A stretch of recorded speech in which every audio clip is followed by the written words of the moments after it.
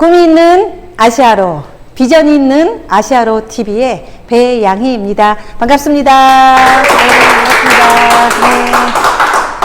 오늘은 중국의 부동산을 알면 아시아 부동산이 보인다라는 주제로 앞으로 여러분과 함께 강의를 통해서 만날 겁니다. 오늘은 2000년에서 2005년도까지 해외 교민이 바라본 중국의 초기 부동산 시장에 대해서 여러분과 함께 정보를 나누려고 합니다. 2000년에서 2005년도 왜 우리가 이 시장을 알아야 되는지, 이것은 뭐 여러분들이 다 아시다시피 지금 많은 그 동남아 국가들이 현재 부동산 투자에 많은 분들이 그 관심을 가지고 있고 또 진행을 하고 있는 걸로 알고 있습니다. 그러나 우리가 많은 분들이 이제 중국과 거의 비슷하게 부동산이 간다라고 그렇게 생각을 하시는데, 중국의 부동산 시장을 경험을 해보지 않은 분들 입장에서는 중국 부동산이 어땠는지에 대해서 상당히 그 궁금한 점이 많으실 거로 생각을 합니다. 그래서 저는 이제 2000년부터 2005년도까지 오늘 그 시장의 초기 시장, 진입 시장에 대해서 여러분과 말씀을 나누면서 여러분들에게 좋은 정보들이 전달이 됐으면 하는 생각입니다. 저는 중국 상하이에서 2002년부터 제가 살았습니다. 중국은 2000년도부터 시작해서 그 외국인들이 집을 구매할 수 있었습니다. 그 전에 1998년도부터 자본주의로 넘어갔고요. 그리고 2000년도부터는 외국인들이 집을 구매할 수 있는 자격 조건이 주어졌습니다.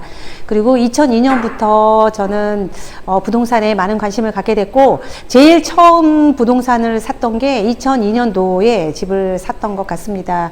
당시에 제가 집을 샀던 138평방짜리의 그 집이 당시에 8천만 원이었고요. 그리고 대출을 70% 받았고, 그 다음에 선수금을 30%를 냈죠. 그러니까 8천만 원에 30%면 한 2,500만 원 정도 될 것 같습니다. 그 정도 되는 금액으로 부동산을 투자를 했는데, 지금 현재 시간이 거의 이제 20년 가까이, 한 18년이 지났죠. 18년이 지난 지금은 그 집이 지금 현재 20억이 되어 있습니다. 그러나 이제 이 숫자만 바라봤을 때는 20억이 그냥 바로 된 것처럼 생각하시지만 이 안에 많은 비밀이 들어 있습니다. 뭐 예를 들면 환율에 대한 것도 있고요. 부동산 투자를 할 때에, 해외 부동산 투자를 할 때에 유의할 여러 가지 것들이 있는데, 환율에 대한 어떤 비밀도 들어 있고, 그 다음에 경제 개발이 되고 하는 부분에 대한 비밀들이 많이 들어 있습니다. 오늘 그런 이야기들을 좀 나눠보는 시간들로 한번 진행해 보도록 하겠습니다. 먼저 얘기를 하기 전에 일단 그 상해가 어떤지에 대해서 조금 설명을 드렸으면 좋겠는데요. 중국의 경제 도시는 상해입니다.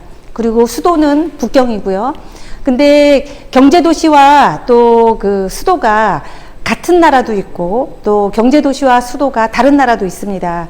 수도가 경제도시와 같은 나라는 뭐 여러 나라들이 있죠. 우리나라 같은 경우는 서울이 경제도시이면서 또 수도이기도 하죠.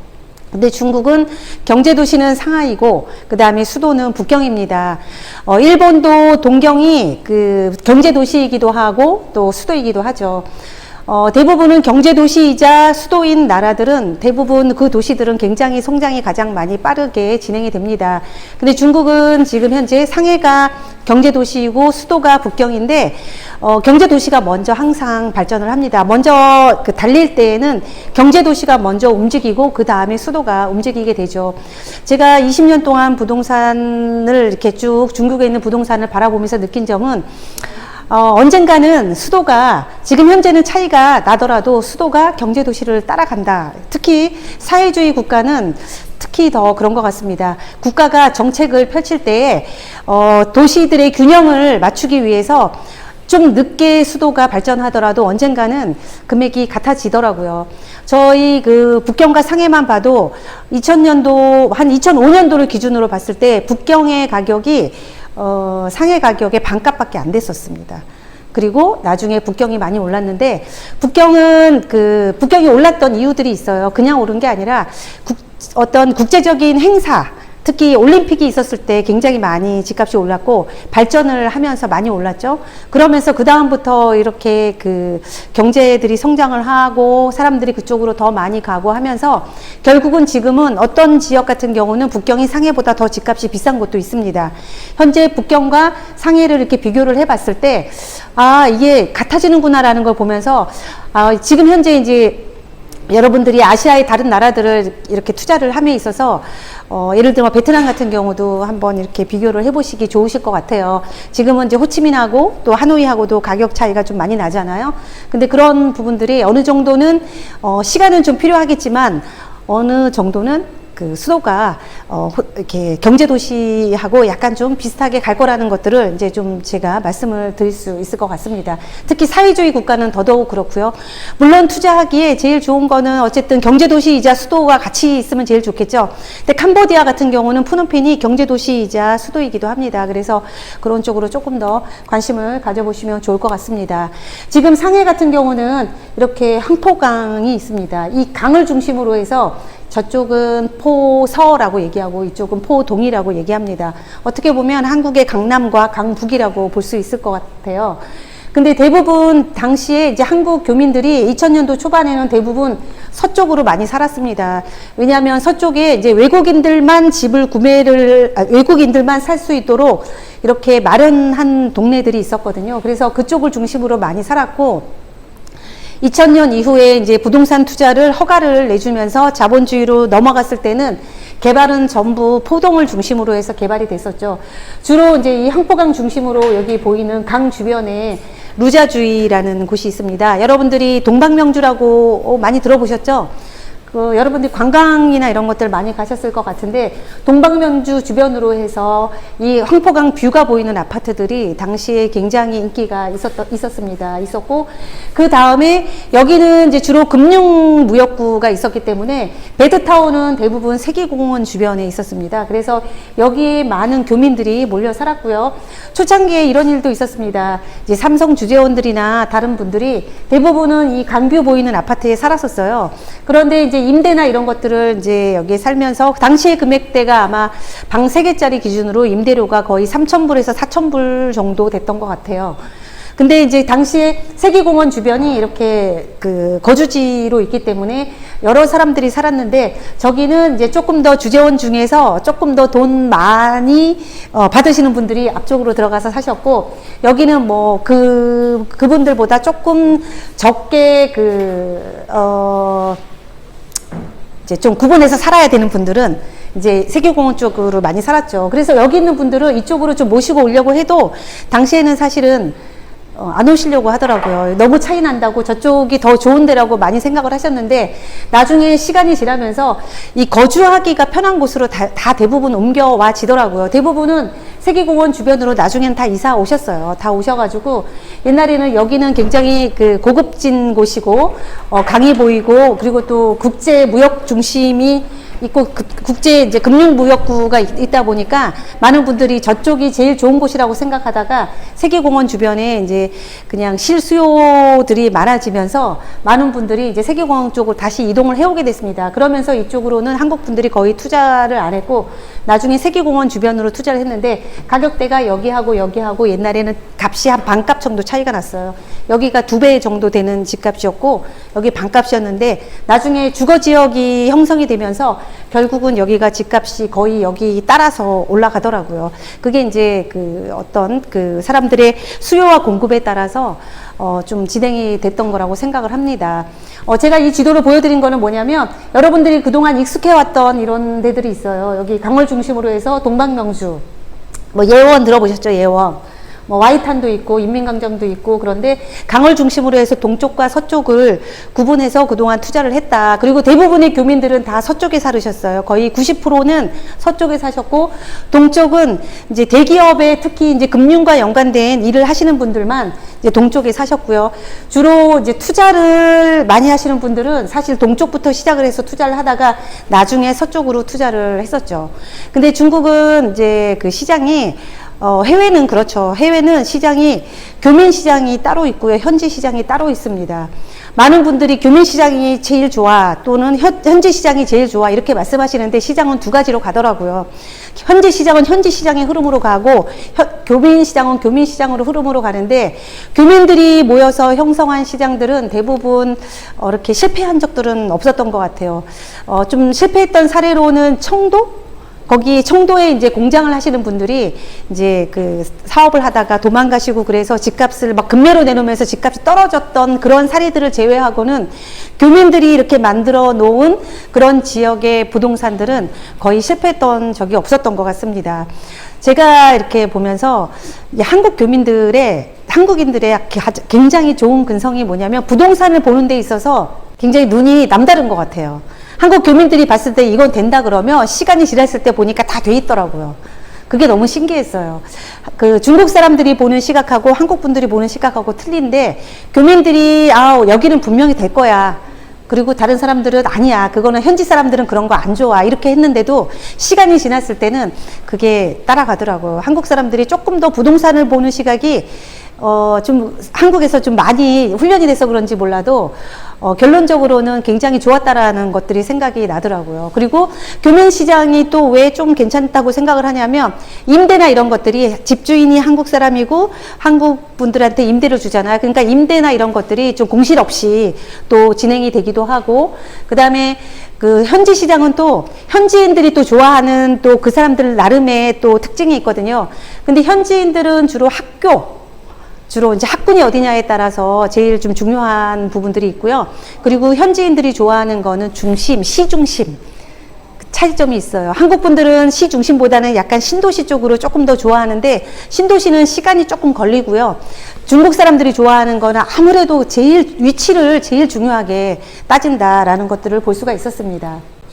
먼저 이걸 하기 전에 앞에 걸 제가 먼저 말씀드릴게요.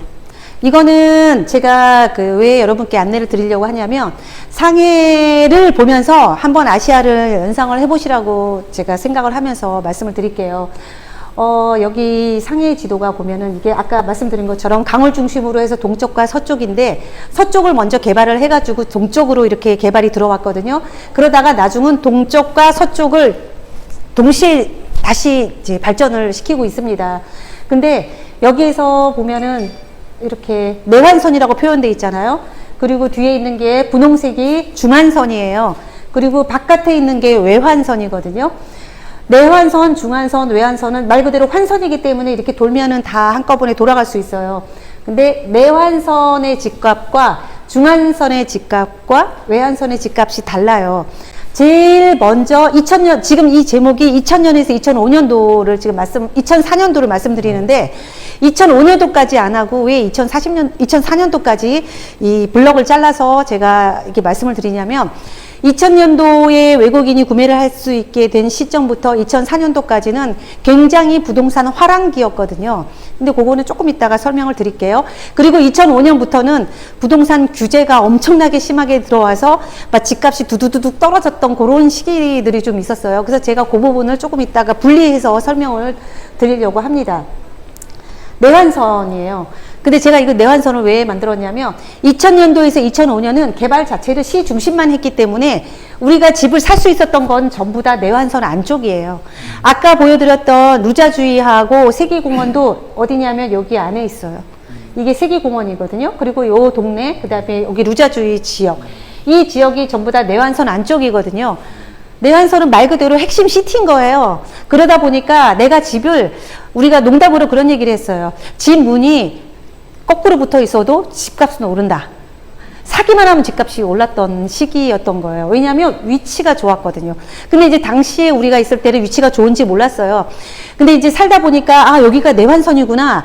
나중에 중환선이구나. 나중에 점점점 개발을 해 나가면서 외환선까지 발전을 해 나가면서 지금 외환선 밖으로도 투자를 많이 하거든요. 외환선 밖으로도 요즘에 개발 계획들이 많이 돼 있어요, 중국이. 그래서 지금 요 시기는 내환선 안쪽에 있기 때문에 굉장히 투자하기 좋았고, 지금 다른 나라를 잘 생각해 보시면서 해외 부동산을 투자할 때는 사실은 초기 시장에서는 제일 핵심 지역을 사는 게 가장 핵심 포인트예요. 만약에 이제 여러분들이 그런 투자들을 고려를 하실 때에 아, 나는 미래에 좀 괜찮을 거야 해서 중앙선 바깥이나 외환선 바깥으로 갔을 경우는 시간을 많이 기다려야 돼요. 왜냐하면 CT 쪽이 개발이 되어서 다음까지 넘어가는 데까지는 시간이 좀 많이 걸리거든요. 근데 여기는 그냥 가만히 놔두면 되는데 옛날에 많은 분들이 여기 있는 걸 팔고 외환선 바깥으로 가가지고 실패한 케이스들이 너무 많았어요. 당시에 부동산을 구입했던 목적은 모두 다 투자였습니다.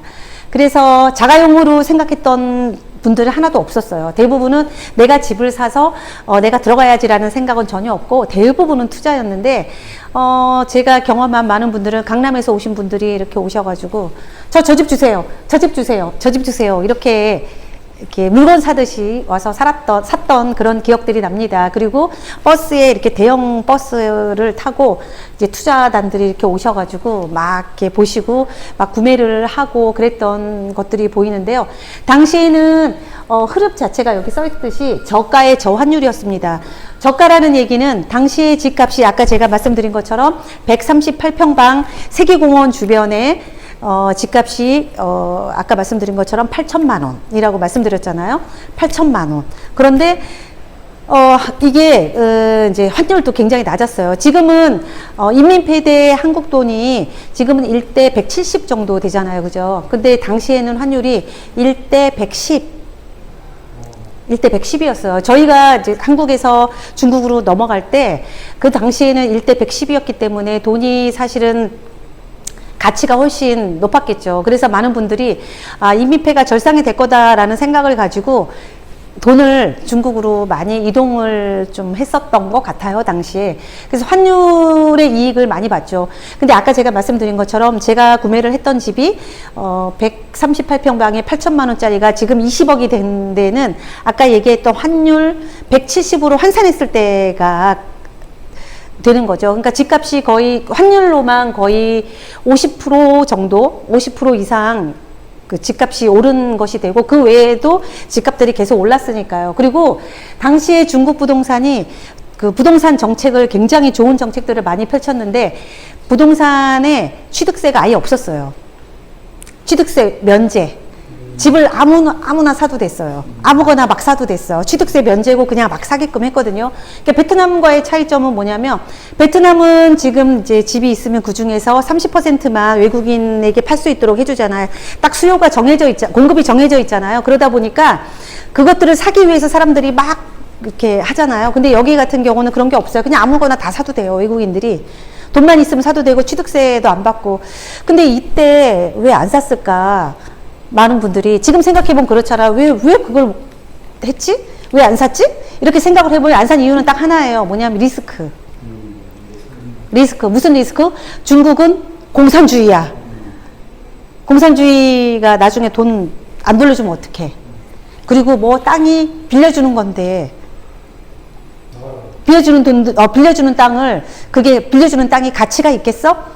이런 생각을 한 거죠. 그래서 많은 분들이 처음에 와서 와 여기 정말 집 좋다 투자 좀 해봐야 되겠다라고 생각을 했는데 결국은 투자를 안 한 거는 대부분 이제 연락이 오시기는 대부분 이렇게 연락이 와요.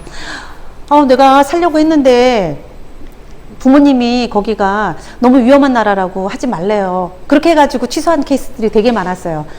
근데 이제 중국 사람들은 제가 이렇게 지금 이렇게 보면 온주 사람들 우리 중국의 유태인이라고 하잖아요. 온주 사람들이 지금도 기억이 나요. 이렇게 허리에다가 열쇠를 이렇게 몇십 개씩 이렇게 꽂고 다니면서 어느 집을 말하는 거야? 그러면서 문 열어주러 다니면서 집 열쇠가 엄청나게 많았어요. 당시에.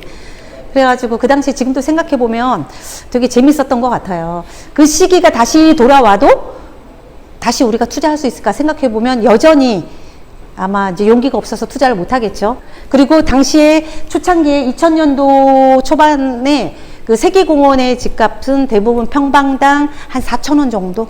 평방당 4,000위안 정도 됐었고, 그리고 이제 자고 일어나면 집값이 오르고, 자고 일어나면 집값이 오르고, 그래서 하루에 뭐 1,000만 원씩, 2,000만 원씩 집값이 오르고, 그리고 중국 분들이 이런 부동산을 거의 해본 적이 없기 때문에 계약서를 써놓고도 말을 번복하는 경우가 너무너무 많았어요.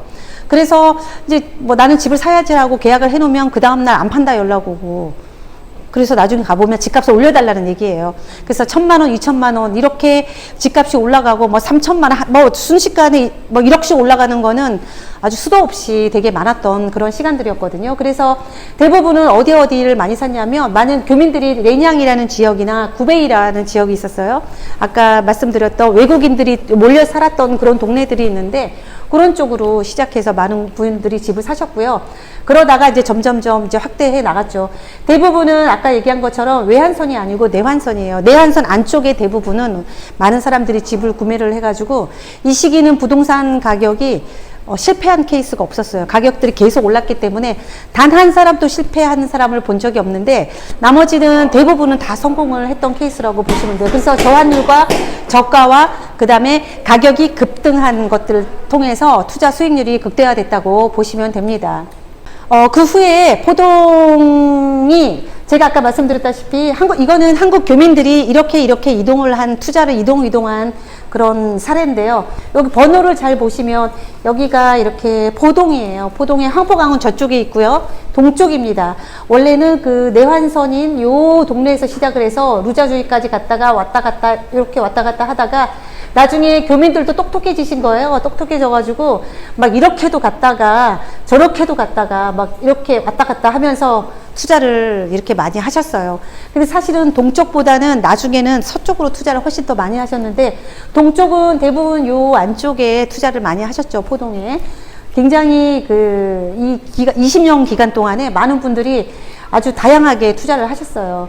포서는 보시면 한국 교민들이 대부분은 저기 서쪽에 거의 대부분은 사시거든요. 포서 같은 경우는 지금 여기 보시면 1번이 여기 구베이, 여기는 외국인들이 많이 몰려 살던 곳이거든요. 여기서부터 시작해서 홍추일루는 화동 지역에 그 한국인들이 가장 많이 몰려 사는 동네라고 생각하시면 돼요.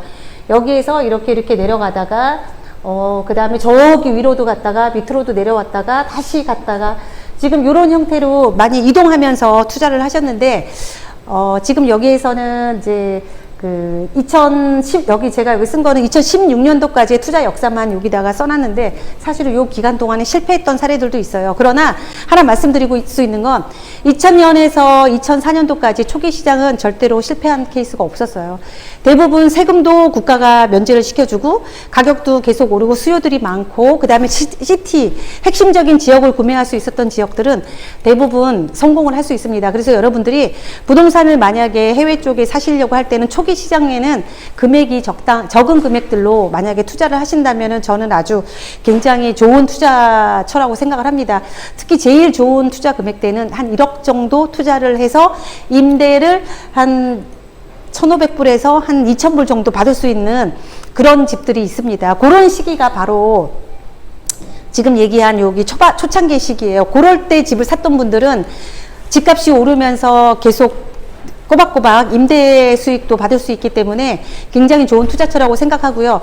이 같은 집이 지금 현재는 아까 말씀드린 것처럼 20억이 돼 있다 그랬잖아요. 20억이 돼 있으면 집값이 20억이면 임대료도 올라야 되잖아요. 임대료는 똑같아요. 혹은 조금 떨어졌어요.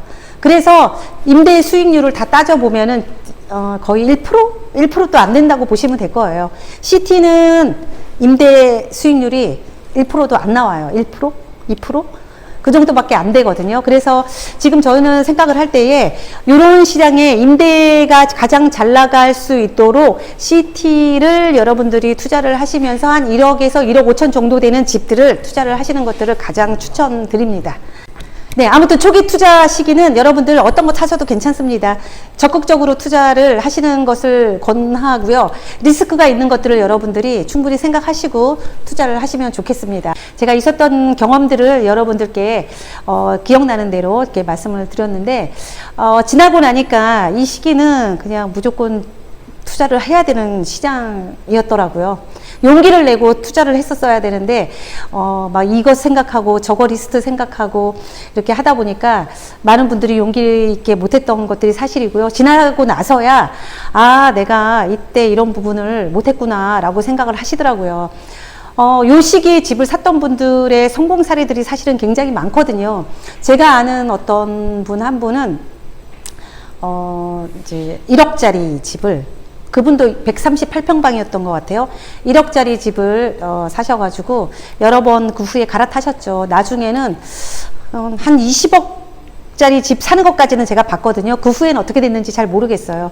근데 작은 소자본을 가지고 시작을 했는데 굉장히 큰 돈을 버셨던 것 같아요. 그리고 연세가 당시에 제가 만났을 때는 50이 넘으셨었는데 그 후에 이제 60이 넘으셔서 다시 그걸 다 정리해가지고 한국으로 다시 가신다고 하셨거든요.